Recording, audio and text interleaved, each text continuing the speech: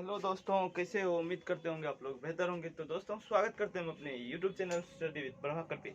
दोस्तों, तो आज मेरा क्लास है 18वां हिस्ट्री का। ठीक है दोस्तों, यहाँ पे हिस्ट्री लिख देते हैं पहले, ताकि जिन बच्चों का फ़ोन में अगर साउंड का प्रॉब्लम होगा उसे पता चल सके कि इतिहास पढ़ाई हो रहा है। इतिहास,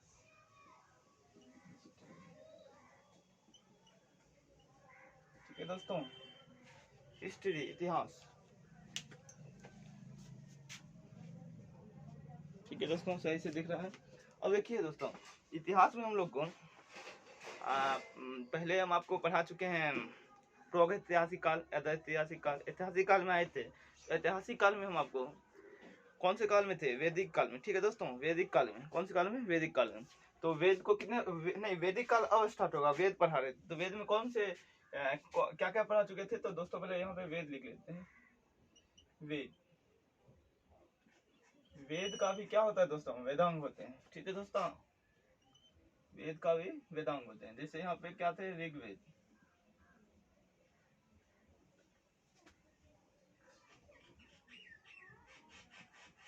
सामवेद,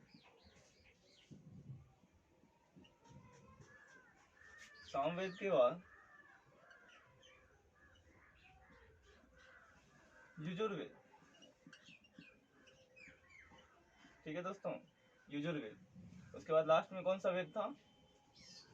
अथर्ववेद।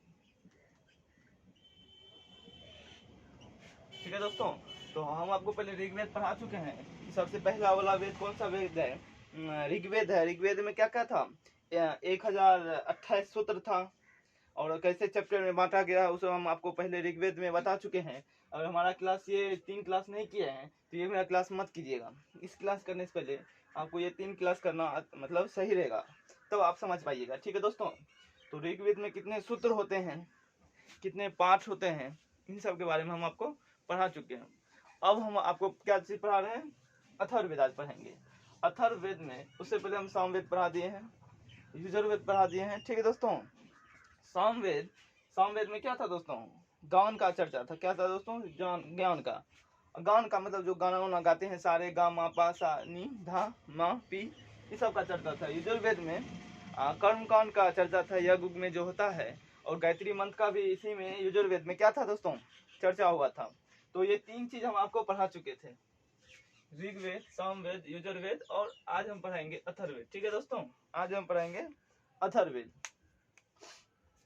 तो दोस्तों, इस 2 दिन में हमारी क्लास नहीं हुई थी, कुछ प्रॉब्लम आ गया था दोस्तों, इसलिए हम क्लास अपलोड नहीं कर पाए। और पहली बात है कि हम क्लास बनाए ही नहीं, इसलिए अपलोड नहीं कर पाए। ठीक है दोस्तों, बात तो ये है। तो हमारा ये फाउंडेशन हिस्ट्री क्लास में दोस्तों ऋग्वेद, सामवेद, यजुर्वेद, अथर्ववेद। वैसे वेद को खत्म करने में 10 दिन लगता है दोस्तों। ठीक है दोस्तों, लेकिन आपको हम हर एक दिन में हर एक अध्याय जो है खत्म कर रहे हैं।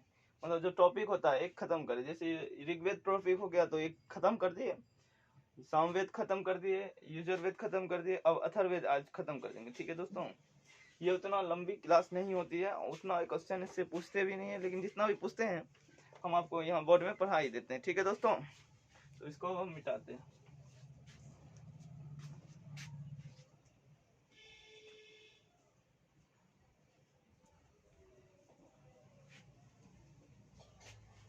मिटा दिए दोस्तों, ठीक है।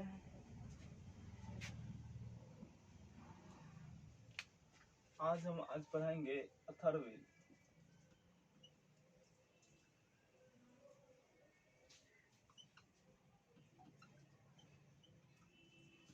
अथर्ववेद देख लेते हैं दोस्तों। अथर्ववेद ऐसे दिख रहा है,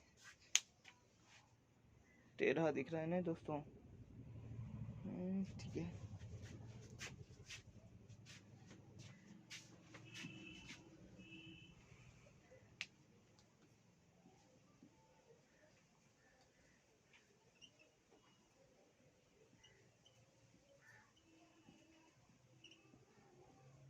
अथर्ववेद, ठीक है दोस्तों। अथर्ववेद में क्या हुआ था? इसमें जो है, इसमें ज्यादा कुछ नहीं हुआ था, बस ये वेद सबसे लास्ट वाला अंतिम वेद है। पूछेगा वेदों का सबसे अंतिम वेद कौन सा वेद होता है, तो अंतिम वेद यही है।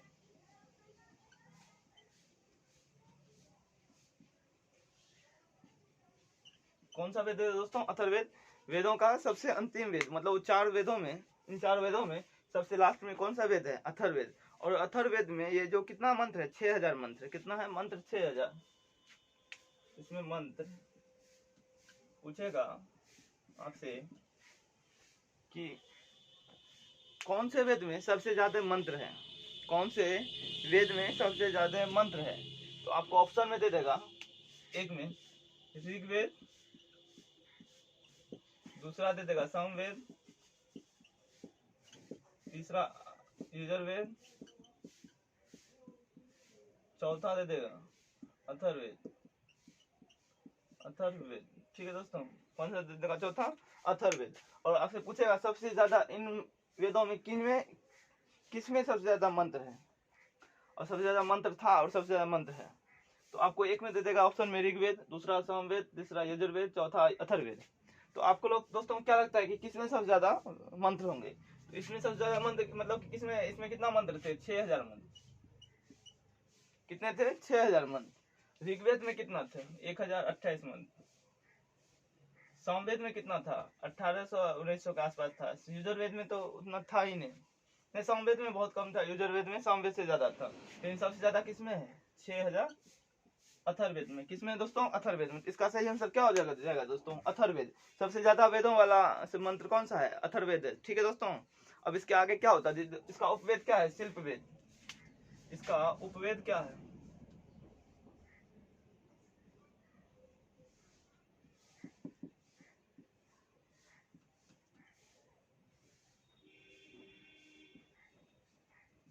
इसका उपवेद क्या है? शिल्पवेद, ठीक है दोस्तों। इसका ज्ञानी को क्या कहते हैं? इसके ज्ञानी को ब्रह्मा कहते हैं। क्या कहते हैं दोस्तों? ब्रह्मा। क्या कहते हैं? ब्रह्मा, ठीक है दोस्तों। दिख रहा है ना?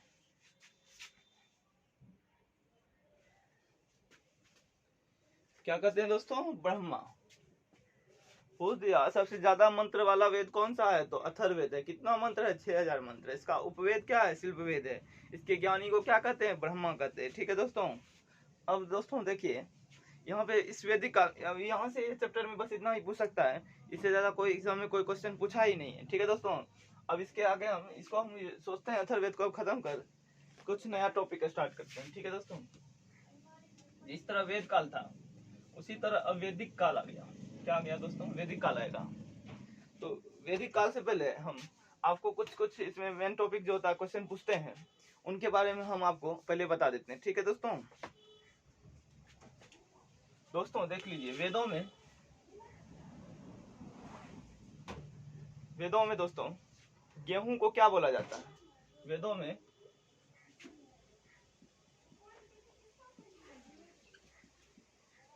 दोस्तों गेहूं को क्या बोला जाता है?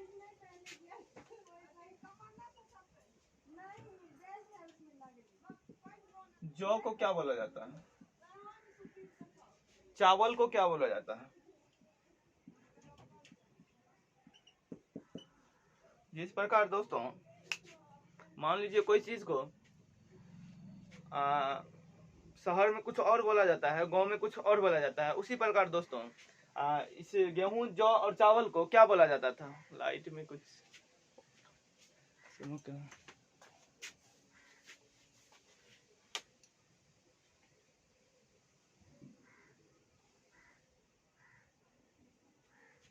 ये लाइट पे ही पढ़ाएंगे दोस्तों, थोड़ा लाइट में गड़बड़ी आ गई। तो दोस्तों जिस प्रकार शहर में कुछ और बोला जाता है, गांव में कुछ और बोला जाता है, जिस तरह अपना लोग क्या बोलते हैं, वो जूस पीते हैं तो उसको क्या बोलते हैं? तो गांव देहात में जूस बोलते हैं, मतलब कि नारियल का या कुछ कोई भी चीज का जूस बना लेते हैं, जूस बना लेते हैं। जैसे नारंगी हो गया, जो भी है फल फूल या सब्जी का बनाते हैं, उसको क्या बोलते हैं? जैसे मान लीजिए करेला का जूस बनाते हैं अपना लोग, उसको जूस बोलते हैं गांव में। लेकिन शहर में उसको क्या बोला जाता है? सूप। क्या बोला जाता है इंग्लिश में? सूप। उसी प्रकार वेदों में कुछ गेहूं को बोला जा रहा होगा, जौ को कुछ बोला जा रहा होगा, चावल को कुछ बोला जा रहा होगा। तो जौ को उस समय में क्या बोला जाता था? यव। क्या बोला जाता था? यव। जौ को यव। और उसके बाद चावल को ब्रीही, और जौ को गेहूं को क्या? गौघून। गेहूं को गौघून। चावल को ब्रीही, ब्रीही क्या बोल दोस्तों, क्या बोला जाता था? ब्रीही। चावल को ब्रीही, गेहूं को गोगुन और जौ को यब। ठीक है दोस्तों, तो वेद में इस प्रकार इसको याद कर लीजिएगा, ये पूछा हुआ क्वेश्चन है। गेहूं को वेद में क्या कहा जाता था, किस नाम से जाना जाता था? ठीक है दोस्तों, किस नाम से जाना जाता है? तो दोस्तों गेहूं को गोगुन, जौ को यब, चावल को ब्रीही, ये पूछा हुआ क्वेश्चन है दोस्तों, इसको नोट कर लीजिएगा। ठीक है दोस्तों, लाइट में कुछ दिक्कतें आ रही होगी, फिर भी हम उम्मीद करते हैं कि होंगे कि आप लोग को अच्छे ढंग से दिखाई दे रहे होंगे। ठीक है दोस्तों, सही ढंग से दिखाई दे रहे होंगे।